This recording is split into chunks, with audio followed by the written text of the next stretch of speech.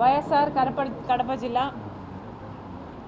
Congress party కార్యకర్తల సమావేశానికి ఈరోజు పార్టీ అధ్యక్షురాలిగా నేను ఇక్కడ హాజరు కావడం జరిగింది. ఈరోజు చంద్రబాబు గారు అధికారంలోకి వచ్చి 1 సంవత్సరం పూర్తి చేసుకోవడం ఈరోజే జరిగింది. ఈ సందర్భంగా రాష్ట్ర ప్రభుత్వం సంవత్సరం రోజుల వాళ్ళ పరిపాలన మీద ఒక ఏమంటారు విజయపత్రం అంటారా కూడా రిలీజ్ చేయడం జరిగింది. చంద్రబాబు గారు కూటమి ప్రభుత్వం అధికారంలోకి వచ్చి 1 సంవత్సరం అయిపోయింది. సంవత్సరము గొప్పలు చెప్పుకోవడానికి మేము ఇది తెస్తున్నాం అది తెస్తున్నామని చెప్పుకోవడానికే సరిపోయింది. ఆ విజయపత్రంలో చూస్తే చాలా మటుకు వాళ్ళు చేయాలనుకుంటున్న కార్యక్రమాలే ఎక్కువ కనిపిస్తున్నాయి తప్ప చేసినవి తక్కువే కనిపిస్తున్నాయి. చంద్రబాబు గారు పెన్షన్ల విషయంలో, డిఎస్సి విషయంలో క్రెడిట్ తీసుకోవడానికి ప్రయత్నించారు, మంచిదే. కానీ చంద్రబాబు గారు ఎన్నికల వేళ సూపర్ 6 అమలు చేస్తామని ప్రతి సభలో ఊదరగొట్టారు. మరి వాటి సంగతి ఏమిటి అని కాంగ్రెస్ పార్టీ ప్రశ్నిస్తుంది. సంవత్సరం రోజులు గడిచినా కూడా ఈ పథకాన్ని మేము పూర్తిగా అమలు చేశాము అని చెప్పుకునే పరిస్థితిలో తెలుగుదేశం పార్టీ కూటమి సర్కార్ లేదు. ఒక విజయపత్రం లాంటిది రిలీజ్ చేసి దాంట్లో ఉచిత బస్సు ఏమో ఆగస్టు 15 నుంచి అంటున్నారు, రైతులకేమో ఇచ్చేస్తున్నామంటున్నారు, విద్యార్థులకేమో ఇచ్చేస్తున్నామంటున్నారు. కానీ ఇంతవరకు ఇచ్చింది ఎంత, అచీవ్ చేసింది ఎంత అంటే దాంట్లో ఏమీ కనిపించటం లేదు. మాకు అనుమానం ఎందుకు కలుగుతుంది అంటే ఉచిత బస్సు సూపర్ 6లో భాగంగా ఉచిత బస్సు పథకం కిందనే తీసుకుంటే సంక్రాంతి అన్నారు, ఉగాది అన్నారు, ఇప్పుడు ఆగస్టు 15 అంటున్నారు. ఇలా వాయిదాలు వేసుకుంటూ పోతే ఏ పథకమైనా ఎప్పుడు అమలు అవుతుందో అర్థం కాని పరిస్థితిలో ఉంది. అయినా ఒక పార్టీ మేనిఫెస్టోలో ఈ వాగ్దానాలన్నీ ఫుల్ఫిల్ చేస్తాము మేము అధికారంలోకి వచ్చి అని చెప్తే ఈ సందర్భంలో సూపర్ 6 లాంటిది చంద్రబాబు గారు ప్రతి సభలో ఊదరగొట్టిన సూపర్ 6 లాంటి ఒక ముఖ్యమంత్రి అయిన తర్వాత, అధికారంలోకి వచ్చిన తర్వాత ప్రజలు ఏం ఎక్స్పెక్ట్ చేస్తారు?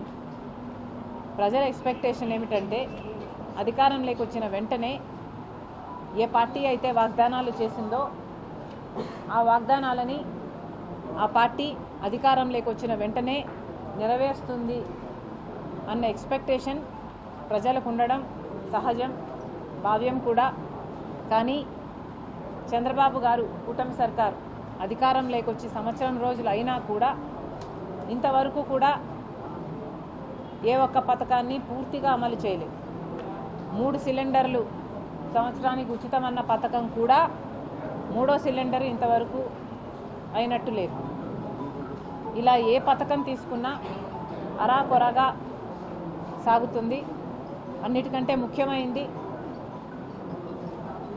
విద్యార్థులకి తల్లికి వందనం పథకం కింద ప్రతి ఒక్కరికి 15,000 రూపాయలు ప్రతి సంవత్సరం ఇస్తామని కూటమి సర్కార్ సూపర్ 6లో భాగంగా వాగ్దానం చేసింది. మరి ఈరోజు చూస్తున్నాం 87 లక్షల మంది విద్యార్థులుంటే దాంట్లో 67 లక్షల మందికి మాత్రమే ఇస్తామని చెప్తున్నారు. అది కూడా ఎన్ని ఫేజ్లలో ఇస్తారో తెలియదు. అది కూడా పోయిన సంవత్సరం ఇయ్యనే లేదు, ఇప్పుడు ఇస్తామంటున్నారు. అది కూడా 15,000 ఇయ్యరట, అది కూడా 13,000 ఇస్తారట. తల్లికి వందనం పథకం కింద మొదటి రోజే అనౌన్స్మెంట్ వచ్చిన మొదటి రోజే 20 లక్షల మంది విద్యార్థులకి మోసం చేస్తున్నారు. ఇది భావ్యం కాదు. చంద్రబాబు గారు స్వయంగా చెప్పారు, ఒకరుంటే ఒకరికి, ఇద్దరుంటే ఇద్దరికి, ముగ్గురుంటే ముగ్గురికి, నలుగురుంటే నలుగురికి 15,000 ఇస్తామన్నారు. గుర్తుపెట్టుకోండి, మీరు చెప్పిన మాటలు గుర్తు తెచ్చుకోండి. 15,000 రూపాయలు విద్యార్థులందరికీ, ఏ 20 లక్షల విద్యార్థులకైతే మీరు ఎగ్గొట్టాలని చూస్తున్నారో అలాంటి ప్రయత్నాలు చేయకుండా మొత్తం 87 లక్షల మంది విద్యార్థులకి తల్లికి వందనం పథకాన్ని 15,000 చొప్పున అమలు చేయాలని కాంగ్రెస్ పార్టీ డిమాండ్ చేస్తుంది. అలాగే రైతు భరోసా అని ఇంకొక సూపర్ 6, దాంట్లో 20,000 రూపాయలు ప్రతి రైతుకి ఇస్తామని చెప్పారు. దాంట్లో మొదటి సంవత్సరం ఇప్పటి వరకు ఇవ్వలేదు, ఈ సంవత్సరం ఇస్తామంటున్నారు. అది కూడా 14,000 రాష్ట్ర ప్రభుత్వం ఇస్తుందంట, 6,000 రూపాయలు కేంద్ర ప్రభుత్వం ఇస్తుందంట. కానీ రైతులు ఉన్నదేమో 93 లక్షల మంది రైతులుంటే దాంట్లో ఫైన్ ఐటీ కట్టే వాళ్ళు ఉన్నారు, లేదా అసలు వ్యవసాయం చేయని వాళ్ళు ఉన్నారు. ఆ లెక్క తీసేస్తే మీ లెక్క ప్రకారమే 79 లక్షల మంది రైతులని తేల్చారు. మరి తర్వాత 8 రకాలుగా దాన్ని ఫిల్టర్ చేసుకుంటూ కేవలం 45 లక్షల మంది రైతులకు మాత్రమే ఈ రైతు భరోసాని మీరు అమలు చేస్తామని చెప్తున్నారు. మిగతా 33 లక్షల రైతుల సంగతి ఏమిటి అని కాంగ్రెస్ పార్టీ డిమాండ్ చేస్తుంది. ఏ పథకమైనా అమలు చేస్తారు అని ప్రజలు నమ్మి మిమ్మల్ని ఓట్లేస్తే మీరు ఆ పథకాన్ని కంప్లీట్గా ఫుల్ఫిల్ చేస్తారన్నది ప్రజల ఎక్స్పెక్టేషన్ అయినప్పుడు ఇలా అన్ని కత్తెరలు పెట్టడం భావ్యం కాదని కూటమి సర్కార్కి కాంగ్రెస్ పార్టీ హెచ్చరిస్తుంది. నిరుద్యోగ భృతి ఇస్తామన్నారు, 3,000 రూపాయలు. దాదాపు 50 లక్షల మంది బిడ్డలు ఉన్నారు. మీరు అధికారంలోకి వచ్చిన తర్వాత ఎన్ని ఉద్యోగాలు ఇచ్చారో ప్రజలకైతే కనిపించడం లేదు. ఒక డిఎస్సి చేయడం తప్పితే అది కూడా ఇంకా ఫుల్ఫిల్ అవ్వలేదు, అది కూడా వాళ్ళు ఇంకా ఉద్యోగాలు జాయిన్ కాలేదు. బట్ అది తప్పితే ప్రైవేట్ రంగంలోనైనా ఇంకో రంగంలోనైనా ఉద్యోగాలు కనిపించటం లేదు. 50 లక్షల మంది బిడ్డలు ఎదురు చూస్తున్నారు ఉద్యోగాలు వస్తాయని, లేదా నిరుద్యోగ భృతి ఇస్తారని. కనీసం నిరుద్యోగ భృతి ఈసారైనా 2014లో మీరు అధికారంలోకి వచ్చే ముందు కూడా ఈ వాగ్దానం చేశారు నిరుద్యోగ భృతి ఇస్తామని. అప్పుడు నిలబెట్టుకోలేదు చంద్రబాబు గారు. ఈ నిరుద్యోగ భృతి గురించి ఇప్పుడు మాట్లాడడం లేదు. సూపర్ 6లో ఇది భాగమే కాదన్నట్టుగా ఉన్నారు. 3,000 రూపాయలు నిరుద్యోగ భృతి ప్రతి నెల ఇస్తామని చెప్పారు. కనీసం సూపర్ 6లో ఇది భాగం కానట్టే ఇప్పుడు వ్యవహరిస్తున్నారు. దీని మీద చంద్రబాబు గారు క్లారిటీ ఇవ్వాల్సిన అవసరం ఉంది. మహిళా శక్తి అని ఇంకొక పథకం చెప్పారు సూపర్ 6లో. ఆ పథకం కింద ప్రతి మహిళకు నెలకు 1,500 రూపాయలు ఇస్తామన్నారు. అంటే ప్రతి సంవత్సరము 18 సంవత్సరాలు నిండిన మహిళకి 18,000 రూపాయలు ప్రతి సంవత్సరము ఇస్తామన్నది మీ వాగ్దానం అయితే దాదాపు 2 కోట్ల మంది మహిళలు దీనికి అర్హులవుతారు. మరి వీటి సంగతి ఎందుకు మాట్లాడడం లేదు? ఇది చాలా హై బడ్జెట్ స్కీమ్. కనీసం నోరు విప్పి దీని మీద ఒక్కసారి కూడా కమెంట్ చేయకపోవడాన్ని కాంగ్రెస్ పార్టీ తీవ్రంగా ఖండిస్తుంది. మహిళా శక్తిలో ప్రతి మహిళని ఒక మహాశక్తిగా తయారు చేస్తామని చంద్రబాబు గారు చెప్పారు. మరి ఎక్కడుంది ఆ మహిళా శక్తి అని కాంగ్రెస్ పార్టీ ప్రశ్నిస్తుంది చంద్రబాబు గారిని, కూటమి సర్కార్ని. ఇక 3 సిలిండర్లు ఉచితం అన్నారు. దాంట్లో ఇంకా 1 సిలిండర్ బ్యాలెన్స్ అట్లనే ఉన్నట్టుంది. మహిళలకి ఉచిత బస్సు అని 6వ పథకం. ఈ పథకం కింద 30 లక్షల మంది మహిళలు ప్రతిరోజు బస్సులలో ప్రయాణిస్తున్నారు. వాళ్ళందరికీ లబ్ధి చేసిన వాళ్ళు అవుతారు. అంటే 30 లక్షల మంది మహిళలు మిమ్మల్ని రోజు మెచ్చుకుంటారు. ఇంత చిన్న పథకాన్ని అమలు చేయడానికి మీకు ఇన్ని నెలలు ఎందుకు పడుతుందో మాకు అర్థం కావటం లేదు. ఉచిత బస్సు పథకము ఒకవైపు తెలంగాణలోనైనా ఇంకోవైపు కర్ణాటకలోనైనా అధికారం లేకొచ్చిన కాంగ్రెస్ పార్టీ అధికారం లేకొచ్చిన కొన్ని నెలలకే అమలు చేయగలిగినప్పుడు ఇక్కడ ఎందుకంత కష్టమవుతుందో మాకైతే అర్థం కావటం లేదు. నెలకి 350 కోట్లు ఖర్చు అయ్యే పథకం అనుకుంటా. ఇంత చిన్న పథకం కూడా చంద్రబాబు గారు హుటాహుటిన చేయలేకపోయారు అంటే ఇక మిగతా పథకాలు అమలు చేసే ఉద్దేశం ఏ మటుకు ఉంది అని ప్రజలకు అనుమానం వస్తుంది. దయచేసి ఈ పథకాన్ని వెంటనే అమలు చేయాలని కాంగ్రెస్ పార్టీ చంద్రబాబు గారిని, కూటమి సర్కార్ని డిమాండ్ చేస్తుంది. ఇవి కాకుండా సూపర్ 6లో కాని పథకాలు ఎన్నో ఉన్నాయి. 50 సంవత్సరాలకే ఎస్సీ, ఎస్టీ, బీసీ మైనారిటీలకి పెన్షన్లు ఇస్తామని చెప్పారు, కానీ ఇంతవరకు దాని గురించి మాట్లాడటం లేదు. ఇవి కాకుండా అతి ముఖ్యమైనది పిల్లలకి ఉద్యోగాలు, జాబ్ క్యాలెండర్ ఇస్తామన్నారు ప్రతి సంవత్సరము, దాని గురించి కూడా మాట్లాడటం లేదు. జాబ్ క్యాలెండర్ ప్రతి సంవత్సరము ఇస్తామంటే మీకు జాబులు ఇచ్చే ఉద్దేశం లేనట్టే కదా మీరు క్యాలెండర్ ఇవ్వకపోతే. మరి దాని గురించి కూడా క్లారిటీ ఇవ్వాలని కాంగ్రెస్ పార్టీ డిమాండ్ చేస్తుంది. ఇప్పటి వరకు కరెంటు ఛార్జీల కింద ప్రజల నెత్తిన పోయిన గత వైసీపీ సర్కారు జగన్మోహన్ రెడ్డి గారు 5 సంవత్సరాలలో 32,000 కోట్ల రూపాయలు అదనంగా కరెంటు ఛార్జీల రూపంలో ప్రజల నుంచి వసూలు చేశారు. చంద్రబాబు గారు ఎన్నికలకు ముందు జగన్మోహన్ రెడ్డి గారు 9 సార్లు కరెంటు బిల్లులు పెంచారు. 32,000 కోట్ల రూపాయలను ప్రజల నుంచి అదనంగా తీసుకున్నాడు. నేను అధికారంలోకి వస్తే కరెంటు బిల్లులు తగ్గిస్తాము, 30% తగ్గిస్తాము, మేము పెంచబోము అని చంద్రబాబు గారు వాగ్దానం చేశారు. మరి చంద్రబాబు గారు మీరు కరెంటు బిల్లులు 2 సార్లు పెంచారు. ఒకసారి 6,000, ఇంకోసారి 11,000 కోట్ల రూపాయలు. అంటే ఇప్పటికే మొత్తానికి 17,000 కోట్ల రూపాయలను చంద్రబాబు గారు ప్రజల నెత్తిన కరెంటు బిల్లుల రూపంలో ప్రజల నెత్తిన మోపడం జరిగింది. 5 సంవత్సరాలలో వైసీపీ వాళ్ళు 32,000 కోట్లు మోపితే ఒకటే సంవత్సరంలో చంద్రబాబు గారు 17,000 కోట్ల రూపాయలు మోపేశారు. ఇది ఏం పద్ధతి అని అడుగుతున్నాను. మీరు ఇచ్చిన వాగ్దానం ఏమిటి, మీరు చేస్తున్నది ఏమిటి? అప్పుల విషయానికి కూడా వస్తే మన రాష్ట్రం విడిపోయినప్పుడు 1,00,000 కోట్ల అప్పుతో మొదలైతే చంద్రబాబు గారు 5 సంవత్సరాలలో ఇంకో 4 లక్షల కోట్లు చేస్తే ఆ తర్వాత జగన్మోహన్ రెడ్డి గారు ఇంకొక 6 లక్షల కోట్లు అదనంగా చేసినట్టున్నారు. చంద్రబాబు గారు అధికారం లేకొచ్చి 1 సంవత్సరం అయిందో లేదో ఇప్పటికే చంద్రబాబు గారు 1,00,000 కోట్ల పైన అప్పు చేశారు. మరి ఈ రేట్లో పెంచుకుంటూ పోతే ఇంకా రాష్ట్రం మీద అప్పులు, ఇది అప్పుల రాష్ట్రంగా మారుతుంది ఆంధ్ర రాష్ట్రం కాస్త. దయచేసి దీని మీద ఆలోచన చేయాల్సిన అవసరం ఉంది. అప్పుల మీద బ్రేక్ వేయాల్సిన అవసరం ఉంది. చంద్రబాబు గారు ఇన్ని అప్పులు చేయడం భావ్యం కాదు. ఇంకోవైపు అమరావతి మన రాజధాని, కానీ మన రాజధాని కట్టాలి అన్నది, మనకు కేంద్రమే కట్టియాలి అన్నది విభజన హామీ. మరి అలాంటప్పుడు చంద్రబాబు గారు అప్పులు ఎందుకు తెస్తున్నాడో రాజధాని కోసము మాకు అర్థం కాని విషయం. జర్మనీ బ్యాంక్ అంటున్నారు, హుడ్కో అంటున్నారు, ఇంకోటి అంటున్నారు, 15,000 కోట్లు అంటున్నారు, ఇంకో చోట 10,000 కోట్లు అంటున్నారు, ఇంకో చోట 5,000 కోట్లు అంటున్నారు. అన్నీ అప్పులుగా తెస్తున్నాం అంటున్నారు. కానీ వీటన్నిటికీ అప్పులుగా తెస్తే ఈ భారం అంతా మళ్ళా ప్రజల నెత్తినే పడుతుంది.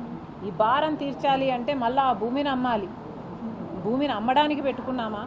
అందుకు కాదు కదా మీరు భూమిని సేకరిస్తున్నది. ఇది భావ్యం కానే కాదు. అసలు కూటమి సర్కార్ ఆలోచన చేసుకోవాలి. కాంగ్రెస్ పార్టీ మిమ్మల్ని సూటిగా ప్రశ్నిస్తుంది, బీజేపీకి ఎందుకు మద్దతు ఇస్తున్నారు? మన రాష్ట్రానికి బీజేపీ పార్టీ ఏం మేలు చేసిందని కూటమి సర్కారు, చంద్రబాబు గారు, పవన్ కళ్యాణ్ గారు బీజేపీతో జత కట్టారో ప్రజలకు సమాధానం చెప్పారు. చంద్రబాబు గారిని మరీ ముఖ్యంగా అడుగుతున్నాం. ఎందుకంటే 2014 ఎన్నికలప్పుడే చంద్రబాబు గారు తిరుపతిలో సభ పెట్టినప్పుడే మోడీ గారు 10 సంవత్సరాలు ప్రత్యేక హోదా ఇస్తామని చెప్తే చంద్రబాబు గారు సరిపోదు, 15 సంవత్సరాలు హోదా ఇవ్వాలని అడిగారు. మన విభజన హామీలో ఉన్నది 5 సంవత్సరాలు మాత్రమే. మరి అంత గొప్పగా చెప్పిన వాళ్ళు మోడీ గారేమో 10 సంవత్సరాలు అంటారు, చంద్రబాబు గారేమో 15 సంవత్సరాలు అంటారు. ఇప్పుడు అధికారంలోకి వచ్చారు, అధికారం అనుభవిస్తున్నారు. 10 సంవత్సరాలుగా బీజేపీ అధికారంలో ఉంది. చంద్రబాబు గారు ముందు 5 సంవత్సరాలు ఉన్నారు, ఆ తర్వాత 5 సంవత్సరాలు లేరు. ఇప్పుడు మళ్ళీ అధికారంలోకి వచ్చారు. అసలు ప్రత్యేక హోదా గురించి ఊసేలేదు. మరి ప్రత్యేక హోదా విషయంలో ఆంధ్ర రాష్ట్ర ప్రజలను బీజేపీ పార్టీ అంత వెన్నుపోటు పొడిస్తే, అంత నిర్లక్ష్యం చేస్తే మరి మీరు ఎందుకు మద్దతు ఇస్తున్నారు? చంద్రబాబు గారు సమాధానం చెప్పాలి. అలాగే ఒక్క విభజన హామీనైనా బీజేపీ పార్టీ గౌరవిస్తుందా? ఒక్క విభజన హామీనైనా పోలవరం ప్రాజెక్టును తీసుకున్నా కూడా పోలవరం ప్రాజెక్టులో 45 మీటర్ల ఎత్తులో నీళ్లు నిల్వ చేయాలి అని రాజశేఖర రెడ్డి గారు ఉద్దేశిస్తే, పోలవరం ప్రాజెక్టుని ఒక గ్రావిటీ బేస్డ్ ప్రాజెక్టుగా రాజశేఖర రెడ్డి గారు ఉద్దేశిస్తే దాన్ని కాస్త 41 మీటర్ల నీళ్లు నిల్వ మాత్రమే చేయాలి అని బీజేపీ పార్లమెంటులో డిక్లేర్ చేస్తే ఒక్కడన్నా ఆంధ్ర రాష్ట్రానికి చెందిన ఎంపీ ఒక్కరన్నా లేదు, ఇది 41 మీటర్లకే కుదిస్తే ఇది ఒక గ్రావిటీ బేస్డ్ ప్రాజెక్ట్ కాదు, ఇది లిఫ్ట్ ఇరిగేషన్ ప్రాజెక్ట్ అవుతుంది, ఇది ఒక బ్యారేజ్ మాత్రమే అవుతుంది, మాకు ఇలా వద్దు, మాకు 45 మీటర్లలో నిల్వ చేసుకునే ప్రాజెక్టే కావాలి పోలవరం అని అంటే ఒక్కడన్నా లేచి ఏ పార్టీ నుంచైనా బీజేపీ ఎట్లా కాదు, తెలుగుదేశం అయినా జనసేన అయినా వైసీపీ అయినా ఒక్క మగాడైనా లేచి మాట్లాడా అంటే మన పోలవరం ప్రాజెక్టుని లిఫ్ట్ ఇరిగేషన్ ప్రాజెక్టుగా చేయాలనుకున్నారు.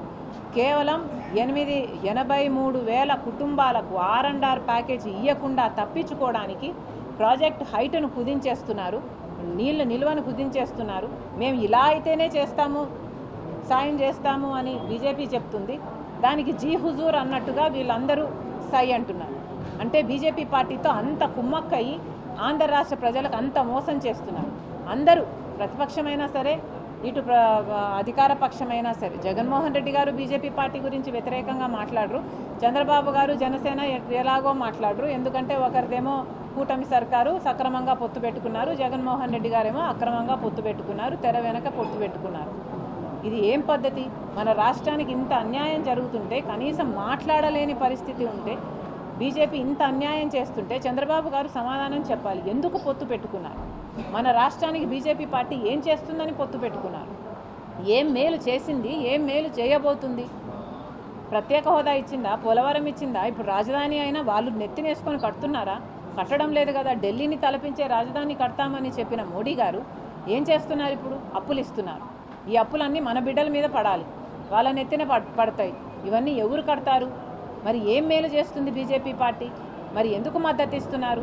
ఎందుకు కూటమి కట్టారు బీజేపీ పార్టీతో? చంద్రబాబు గారు సమాధానం చెప్పాలి.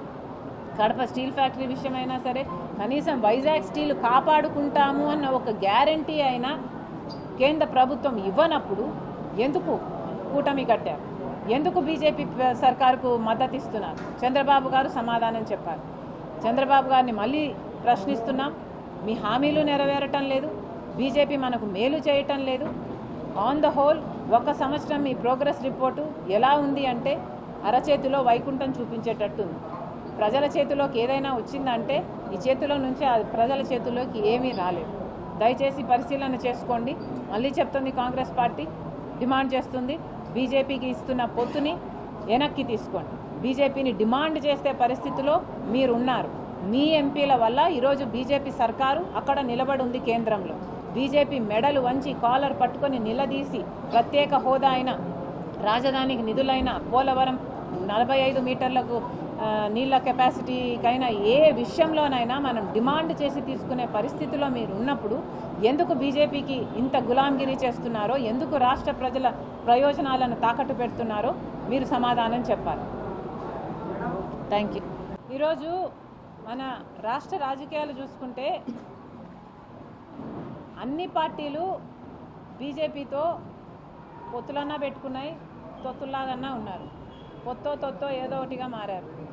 కానీ ఒక్క కాంగ్రెస్ పార్టీ మాత్రమే ఈరోజు బీజేపీకి వ్యతిరేకంగా పోరాడే సత్తా, నిజాయితీ ఉన్న పార్టీ ఒక్క కాంగ్రెస్ పార్టీ మాత్రమే. బీజేపీ పార్టీ గత 10 సంవత్సరాలుగా మన రాష్ట్రానికి చేయాల్సిన మేలులలో ఒక్కటి చేయనప్పటికీ జగన్మోహన్ రెడ్డి గారు ఒకవైపు రాజశేఖర రెడ్డి గారు కొడుకై ఉండి రాజశేఖర రెడ్డి గారు బీజేపీని వ్యతిరేకించారు అని అంత క్లియర్గా తెలిసినప్పటికీ అదే బీజేపీ పార్టీకి తొత్తుగా మారాడు. అదే బీజేపీ పార్టీ మోడీ గారికి దత్తపుత్రుడిగా మారారు. ఏది కావాలంటే అది, ఏ బిల్లుకు కావాలంటే ఆ బిల్లుకు మద్దతు ఇచ్చారు. ఎక్కడ పడితే అక్కడ ఏ పోస్ట్ అయినా, అదానికి కావాల్సిన ప్రాజెక్టులైనా, అంబానీకి కావాల్సినది ఏదైనా కూడా చేసుకుంటూ వచ్చారు జగన్మోహన్ రెడ్డి గారు. మరి అలా జగన్మోహన్ రెడ్డి గారు తెర వెనక పొత్తు పెట్టుకొని అక్రమ పొత్తు పెట్టుకొని బీజేపీతో అప్పుడుగా 5 సంవత్సరాలే కాదు ఇప్పుడు కూడా అలాగే ఉన్నారు జగన్మోహన్ రెడ్డి గారు. బీజేపీని పల్లెత్తి మాట అంటం లేదు జగన్మోహన్ రెడ్డి గారు. ఇంకోవైపు అధికార పక్షంలో ఉన్న చంద్రబాబు గారు జనసేన అయినా బహిరంగంగానే బీజేపీని నెత్తిన పెట్టుకొని తిరుగుతున్నారు. ఒక్క వాగ్దానం ఒక్క విభజన హామీ మనకు నెరవేర్చకున్నా కూడా ఇలాంటి పరిస్థితుల్లో రాష్ట్రానికి ఏదైనా మేలు జరగాలి అంటే మన రాజ్యాంగాన్ని కూడా మార్చాలి అని బీజేపీ చూస్తుంది. మన రాజ్యాంగాన్ని మనం సంరక్షించుకోవాలన్నా మన విభజన హక్కులు మనం తెచ్చుకోవాలన్నా బీజేపీకి వ్యతిరేకంగా పోరాడే పార్టీ అవసరం. అది ఒక్క కాంగ్రెస్ పార్టీ మాత్రమే చేయగలదు. ఆ సత్తా ఈరోజు ఉన్నది ఒక్క కాంగ్రెస్ పార్టీకి మాత్రమే. మంచిది, మేము జాతీయ పార్టీగా ఉన్నాం, తప్పకుండా ఈ విషయాలన్నీ ప్రజలలోకి తీసుకువెళ్తాం. ఆ విషయంగానే ఈరోజు కార్యకర్తల సమావేశంలో కాంగ్రెస్ పార్టీ ఎలా ఎదగాలి, ఎలా ముందుకు వెళ్ళాలి, వాళ్ళు ఇచ్చే సూచనలు అయితేనేమి వాళ్ళకున్న ఇబ్బందులను అయితేనేమి కనుక్కోవడానికి స్వయంగా రాష్ట్ర అధ్యక్షురాలే ఇక్కడికి వచ్చింది.